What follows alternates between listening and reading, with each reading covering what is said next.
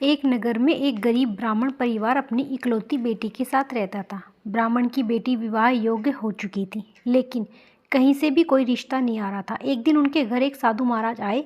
कन्या ने साधु की बहुत सेवा की, जिससे साधु बहुत प्रसन्न हुए। साधु ने कन्या को लंबी आयु का आशीर्वाद दिया, लेकिन साथ ही उन्होंने यह भी कहा कि इस कन्या के हाथ में विवाह योग्य रेखा नहीं है, जिसके कारण इसके विवाह के बाद वैधव्य योग बन रहा है। यह सुनकर ब्राह्मण दंपति बहुत चिंतित हुए और उन्होंने साधु से इसका उपाय पूछा। साधु ने बताया कि पास के गांव में सोना नामक एक धोबन रहती है, जो बहुत पतिव्रता है और उसमें बड़ा ही तेज है। यदि यह कन्या उस धोबिन की सेवा करे और बदले में वह महिला प्रसन्न होकर इसकी शादी में अपने मांग का सिंदूर लगा दे, तो इस कन्या का वैधव्य योग नष्ट हो जाएगा। इस तरह साधु की बात सुनकर ब्राह्मणी ने अपनी बेटी से धोबिन की सेवा करने को कहा।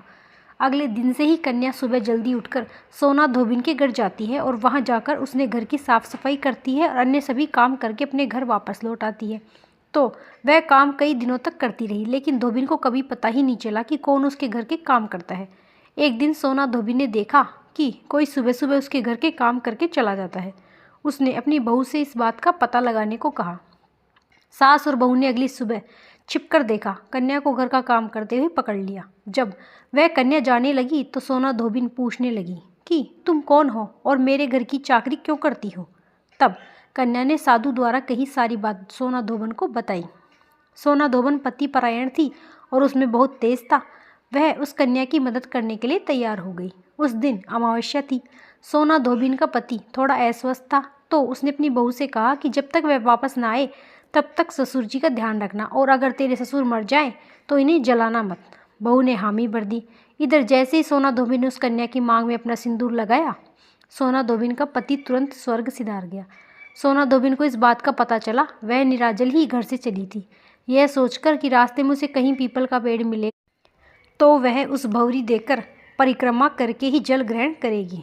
पीपल के पेड़ के पास पहुंचकर सोना धोबिन ने विधिवत रूप से पीपल के पेड़ की 108 परिक्रमा की और बिना जल ग्रहण किए अपने पति का स्मरण करते हुए प्रार्थना की कि उसकी पतिव्रता और तपस्या के बल पर उसके पति को पुनर्जीवित दान मिल गया।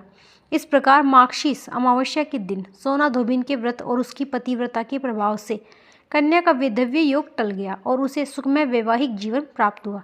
इस दिन पवित्र नदियों में स्नान, दान, पितरों का तर्पण करने से विशेष पुण्य प्राप्त होता है। पितृदोष से मुक्ति मिलती है, पितरों की आत्मा को शांति मिलती है।